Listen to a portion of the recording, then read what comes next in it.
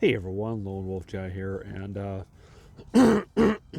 before we get into the fourth Lost Belt um, stuff, um, I'm gonna go ahead and talk about a couple of things. First of all, from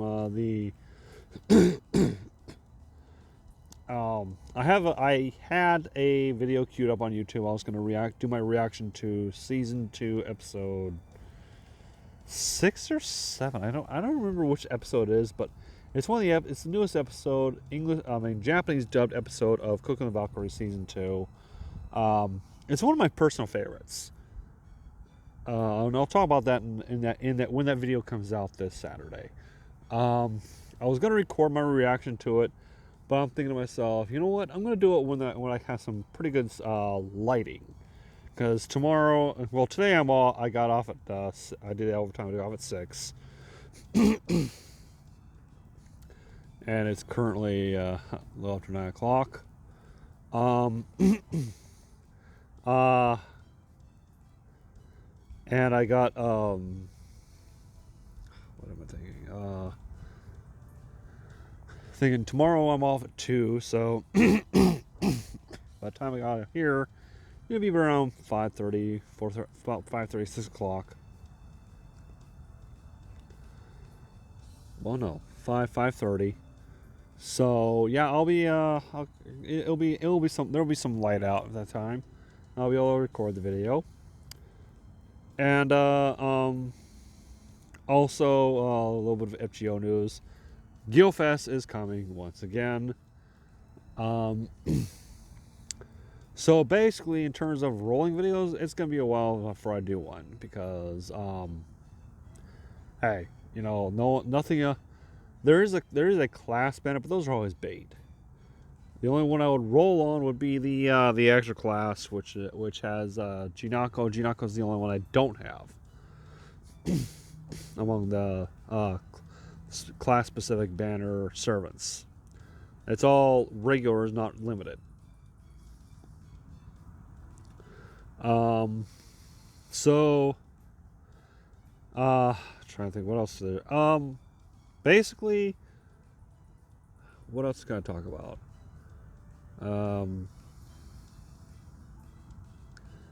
FGO related, nothing really. I mean, with Guildfest coming out, it's gonna be It's gonna be another one of those times where it's like you can basically farm for QP. That's pretty much what Guildfest and the Christmas events are mostly for. With the lottery thing.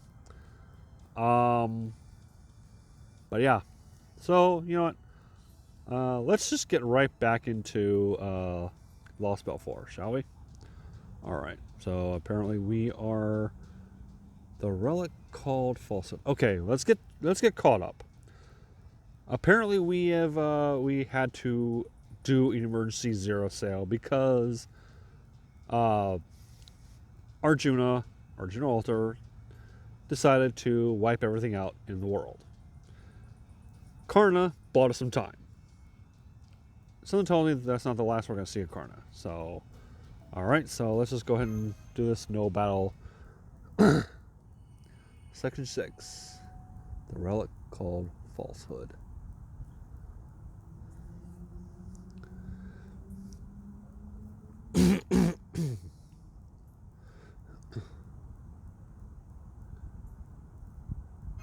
Did we make it? Good grief, talk about escaping by the skin of one's teeth. We may have paid a heavy price, but at least we managed to protect what we absolutely needed to. Karna. Yeah, everyone's got that look. You've wearing 9 indestructible armor included with Sun God's power. There's only so much one can do when the very world crumbles away. Truth be told, I'm impressed he lasted as long as he did. Yeah, sorry, I can't do a male version of Miyuki Sawashiro on this one because Rama is voiced by Miyuki Sawashiro, aka the voice of Mordred. There's someone else here on FGO, but it's Mei from Honkai. Can't do a female version of that. Sorry. That was a feat akin to holding back all the waters of the ocean, or catching a falling star with one's bare hands. There are few heroes in all of history who could have withstood a cackling like that, even just for a few seconds. For us, those few seconds were truly the difference between life and death. Karna, hero benefaction, I salute your strength and devotion. You have returned. You have my eternal thanks. First Neza, now Karna. We've barely just gotten here. We've already lost 2 of our servants.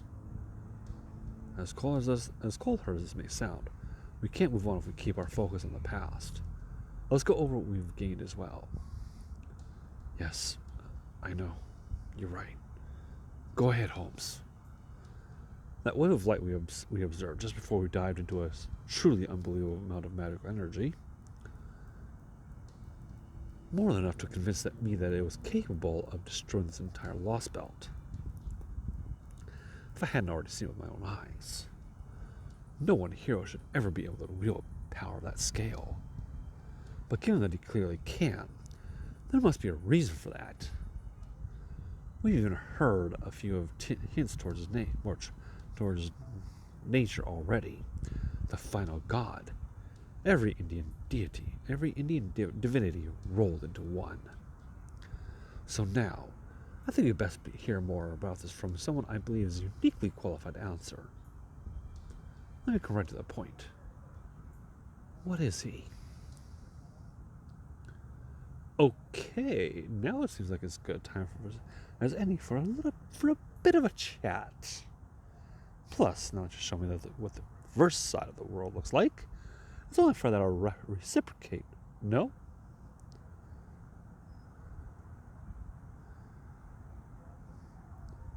The rift between worlds, the inside of nothingness, the gap between heaven and earth, space outside the universe.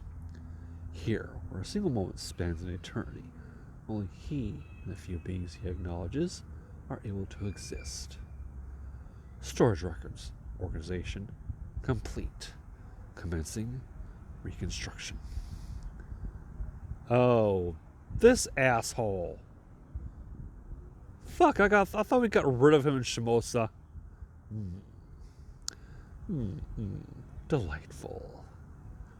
What a delightful way of mowing the world as you see fit. I don't think I'll ever get tired of watching it.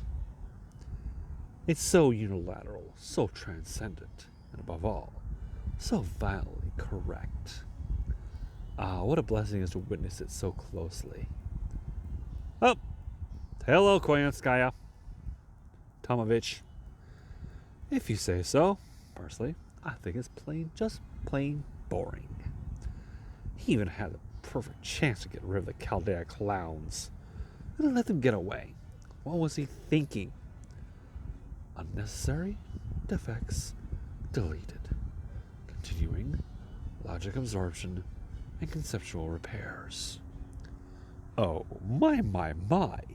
You should really be more careful, You look like he seems not to have heard you this time. If he decides we're defective and unnecessary too, we won't be able to escape the recreation process either. He's a god after all. He gets to make those sort of judgments. Right now, the Chaldeans are little more than pests to be cleaned up along with the rest of the trash. If he did decide that Solari and her little gang were truly unnecessary, he would send one of his Lokapala to handle them. It is not our place to say anything, let alone do so impertinently. No, all we do is stand back and merely spectate as he recreates this world into his own perfect little sandcastle. It may be wrong to draw plans and create molds when it comes to making sandcastles. But as they say, if this is wrong, I don't want to be right.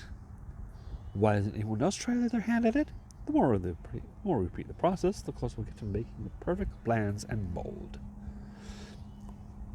At the rate we're going now, why, I expect it won't be long at all before we get there.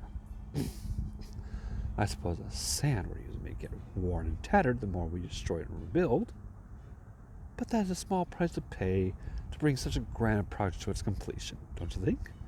So of course, we will keep going.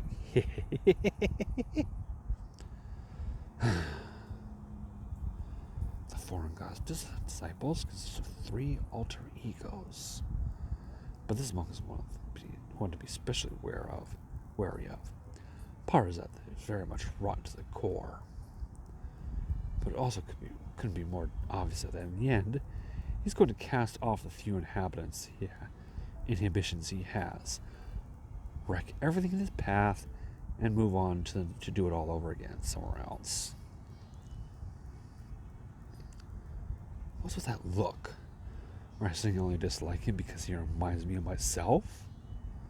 I'm a patient woman, but even I can only take being lumped in with something like that for so long. Why don't you open your mouth and actually say something for once? Or is your job really just observing and nothing else?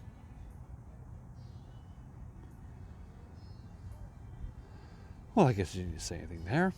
You actually could have said, I can already see where this is going, louder than if you could have brought a megaphone. Alright, I'll just make do with modest gains in this Lostbelt and focus on finding out what that monk is up to. After all, I actually don't want him getting in the way of my own future plans. Final value allotments confirmed. Entering. Executing.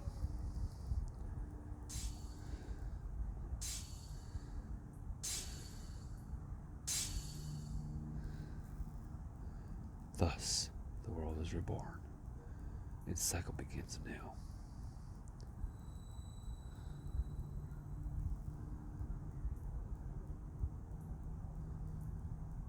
Okay.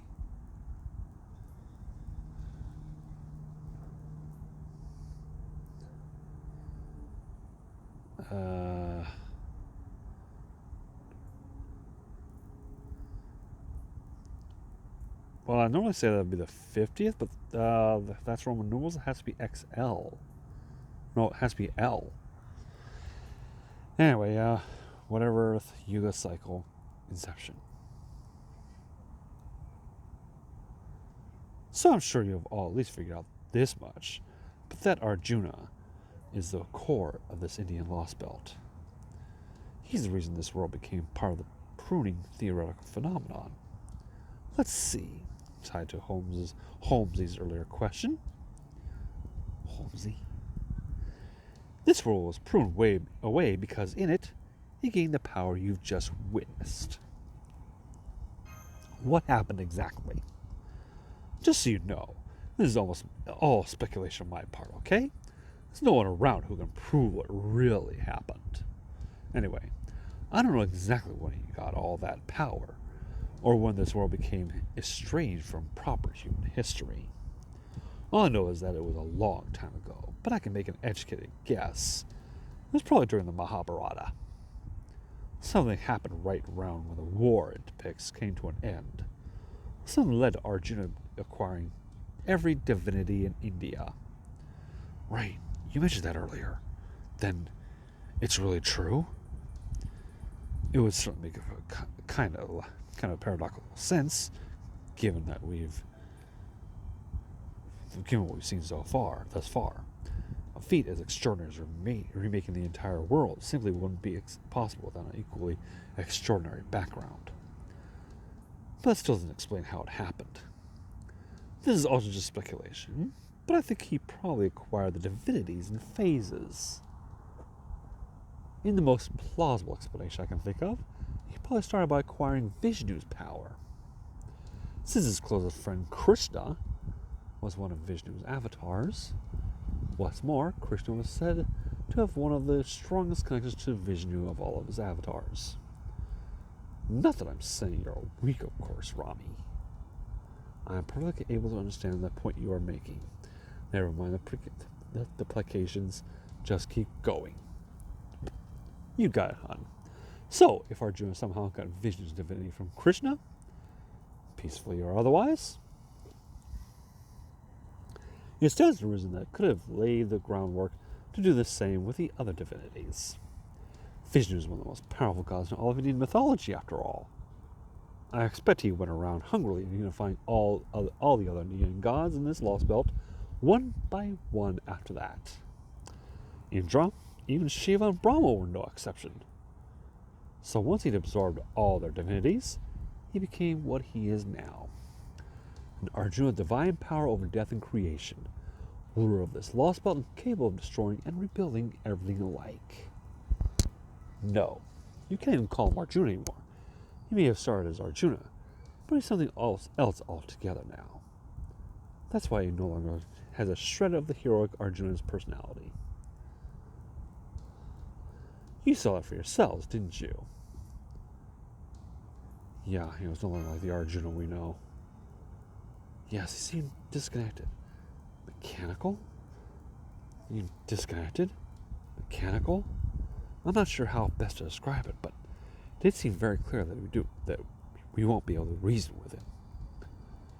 Technically, this will not be the first such entity we've met. If you think back to Scandinavia, Sittenai was an amalgamation of 3 divine spirits. But Arjuna would seem to be on another scale altogether. So much so it's hard to believe that they're in the same category. At this point, it is all too plausible to accept that he is neither human nor servant, but an entirely new divine conceptual being. Truth be told, I'm surprised he's even more able to maintain his form. Alright, so we know what his deal is. Now, what about you? What's your game here, Cryptor? Me? Why, isn't it obvious? The only thing that's obvious about you is that your face practically screams, "Don't trust me." Thank you, Goredalf. One thing that's probably the only thing I'm going to agree with you on. Well, I never. I'll have you know I was just trying to keep my embarrassments from showing. But, alright, if you need me to explain, I can do that. I'd become a cryptor. I summoned Ashvadaman to be my servant. After I was assigned this Indian Lostbelt, the first thing I did was make contact with its king, Arjuna. Once I learned he was basically a god, I spent my first few months here trying to control him as much as I could. But after that foreign god disciple showed up, Arjuna suddenly started behaving strangely. I guess the disciple must have managed to sway him over to his side. Who is this foreign god disciple? He's a young man who always wears some sort of Japanese outfit. He calls himself a monk, but he's clearly a failed onmyoji. A monk? He's very handsome, but he's also thoroughly twisted and just rotten to the core. Definitely not my type. If I'd approached him, the odds were better than even that one of us would have ended up dead. And we couldn't have had that right, seeing how we're both technically on the foreign god's side after all. So I always made sure to keep my distance from him. I never even got a chance to find out his true name. Unless you know he hasn't Koyanskaya. And it seems like he's not Father Kotamine, Rasputin either. Oh? I am fond of Koyanskaya. She may be evil, but she's a pure sort of evil. You know how she can cross between Lostbelts as she pleases, right? So I see her every now and then. But I haven't gotten a read on her. It's like she doesn't respect the foreign god despite being an alter ego. But anyway, Koyanskaya doesn't have anything to do with Arjuna. Basically, thanks to the alter ego, the male disciple that Arjuna started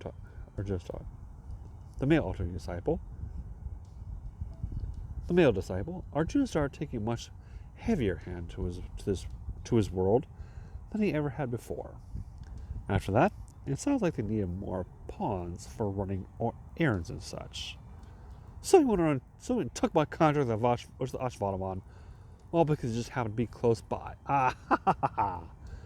And just like that, Ashvadaman was his, and there was nothing I could do.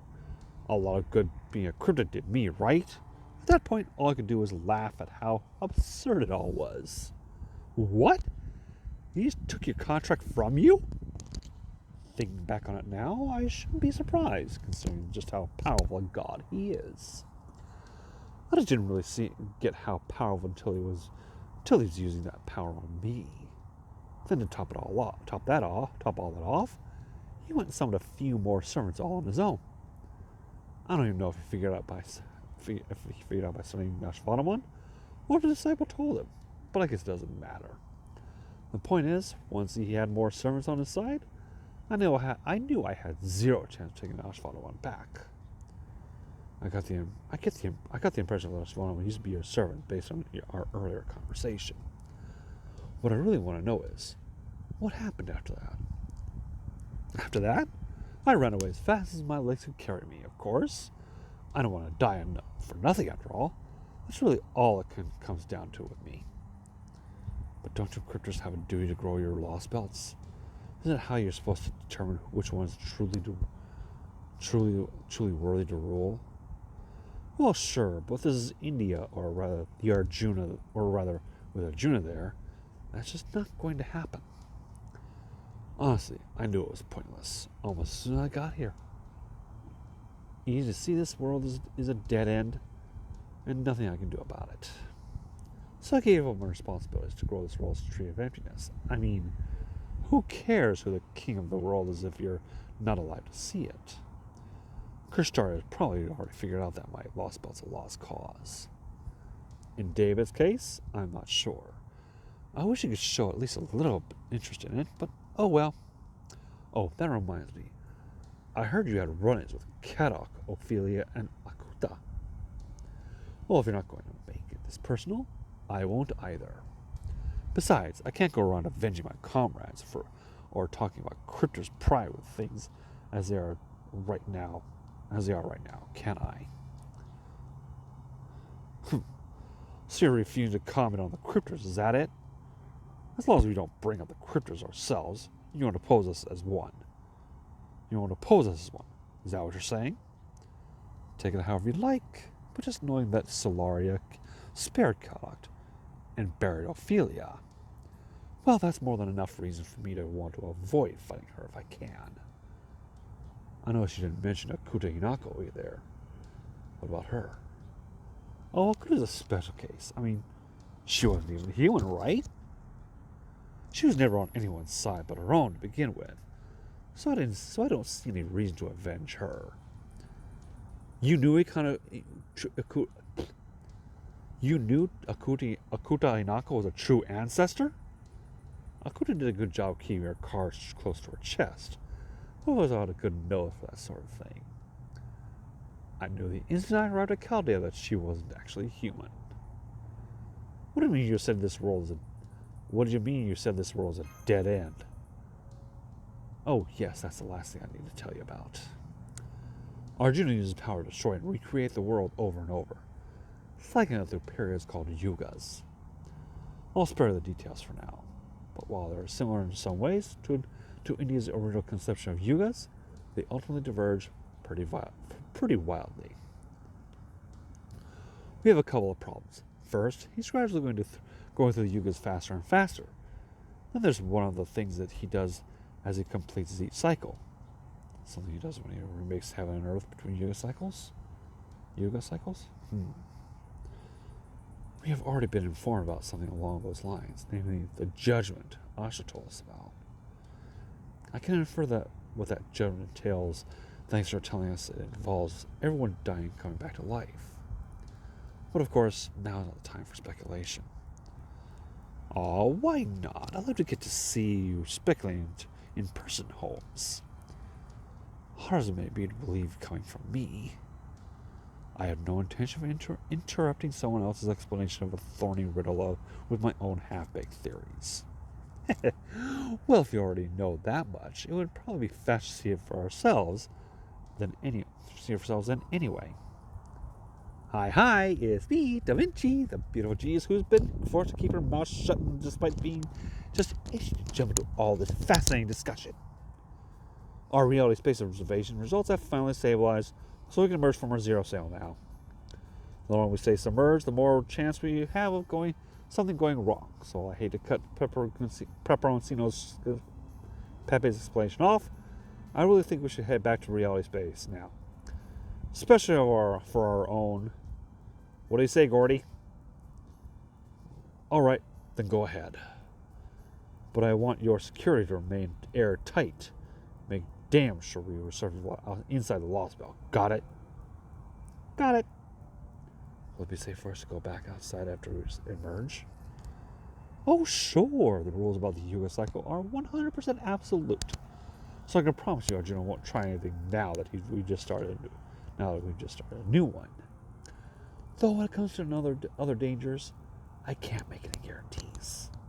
I mean, I just know. I just don't know, We can't let the mere possible danger hold us back. We may not be able to do anything about that cataclysm yet. But we'll just have to assume we'll be able to handle any other threats we run into. Neza and Karna may be gone now, but you still have Mash, myself, and Ganesha the Divine Spirit. Yeah, I guess so. Are you alright? Sorry for being so down in the dumps. I'm okay now, I promise. I know I still have my Ganesha duties to fulfill. And besides, did you hear what Karna said? He has me take care of you for him. Can you believe that? A super great hero like Karna usually asking a loser like me for help? How does that work? Still, I don't think he'd have said that if he hadn't needed my help. So that must mean I thought I was up to it. Must mean you thought I was up to it. That you trusted me as a fellow servant. A little tweet from Dreamer there, so I'll read it in a little bit. So I figure I may be a loser, but I can still do my losery best.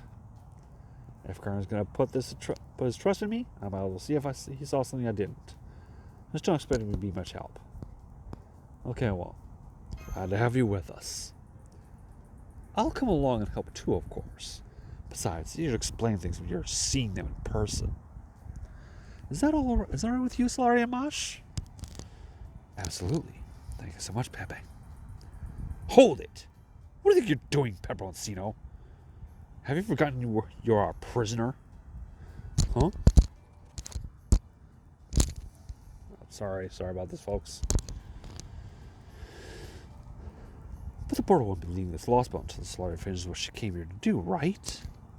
So how can I possibly get away on my own? Besides, helping all of you is the surest way to help me survive too. Not to mention that Mashi just looks so adorable after all this time that I can't help but want to support her anyway, I see. Thank you. Of course, if you insist on keeping me in here, I can't blame you for that. But are you sure it's a good idea? A good idea? Don't be preposterous. Of course I'm sure it's... No, wait. Hang on. What if... Oh my, he's gone so pale. Scared to keep an unknown element like me in the heart of their operations. God, he's so easy to read. I could have Holmes and Kevin restrain him. But what if he's planted a bomb inside his body? There's something frightening about him that reminds me of a mercenary. He may have said that he only wants to survive, but he's always not the least bit frightened about dying. I could easily see him blowing himself up and taking us all out with him. So then, safe assumption would be... Alright, I suppose it would be the humane thing to do. Very well then. Just this once, I'll grant you special permission to accompany Solaria. But be warned, the permission is contingent on you obeying every order we give you, without question. Refuse, and I will hesitate to take whatever measures deemed necessary. Is that clear? Okay, that's fair. If I die, I die. Works for me. Okay then, let's get going. Shadow Boulder preparing to emerge. Everyone, hold on tight. As soon as we're safely back to reality space, let's go see what this newly remade world is like.